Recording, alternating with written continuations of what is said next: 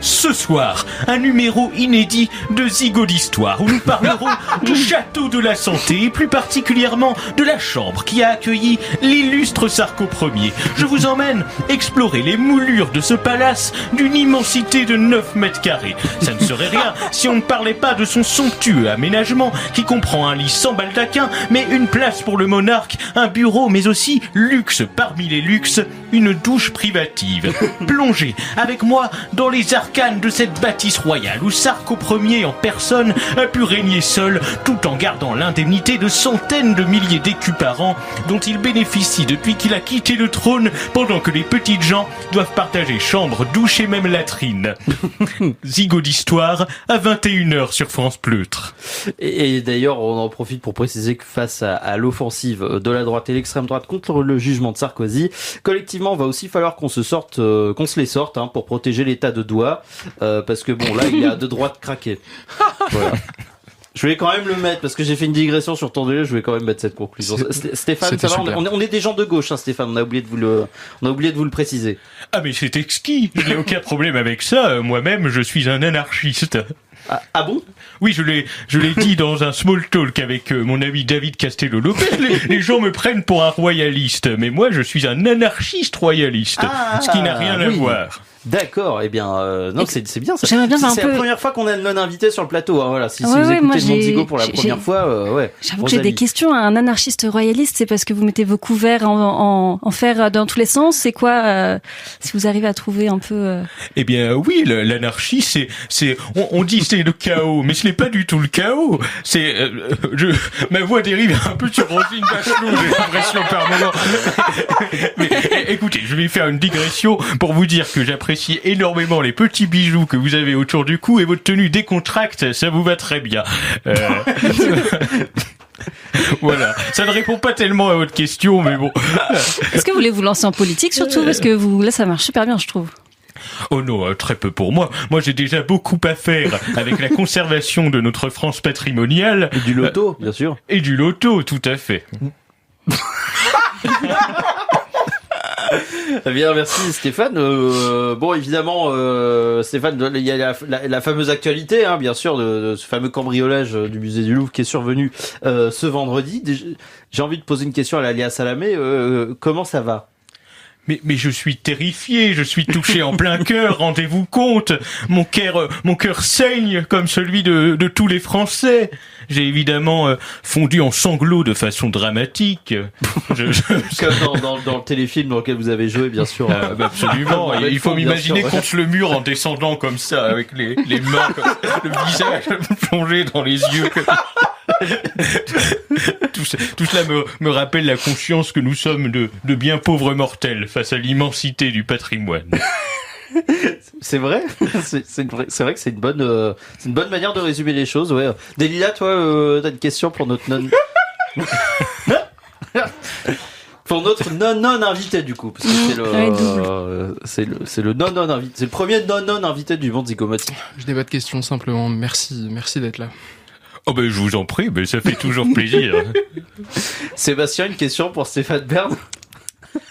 Stéphane, si vous aviez des mots à poser sur votre état d'esprit maintenant, mais ce serait consterné, épouvanté.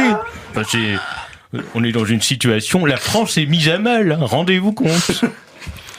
D'accord, merci Rosine. Stéphane. Ça mérite d'être clair.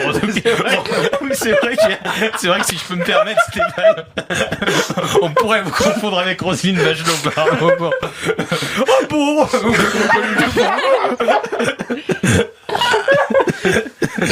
Mais Stéphane, après voilà, c'est votre côté proche du peuple finalement. Enfin, vous avez côtoyé RTL avec certaines époques. Oui, dans l'émission À la bonne heure. À la bonne heure. À la bonne heure, oui. Et c'était à quelle heure? C'était à la bonne heure, oui, tout à fait.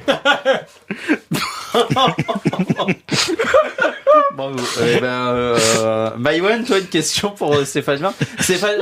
Maïwan qui a découvert que Stéphane Bern était avec nous ce soir. Oui. Tu viens de découvrir, quoi. Oui, c'est une surprise. 10 minutes avant l'émission, ouais. Mais même pas pendant quand Stéphane est arrivé à l'antenne. Oui. C'est vrai. Du coup, j'ai pas préparé de questions, mais. Oh non. mais parce que c'est important, Stéphane Bern, dans ta famille, puisque tu viens d'Orléans. Oui, voilà, je viens d'Orléans. Donc, est-ce que je pourrais avoir, par exemple, votre avis sur Jeanne d'Arc? Oh mais Jeanne d'Arc, mais il n'y a pas que Notre-Dame qui brûle, il y a ma passion pour elle. Jeanne d'Arc, non, je pourrais en dire pendant des heures et des heures sur la pucelle d'Orléans. Incroyable. Incroyable. Alors là, si j'avais su qu'on allait parler de Jeanne d'Arc, je serais venu beaucoup plus vite, Simon. Mais je me demande si vous n'étiez pas invité d'ailleurs à Orléans déjà pour le défilé.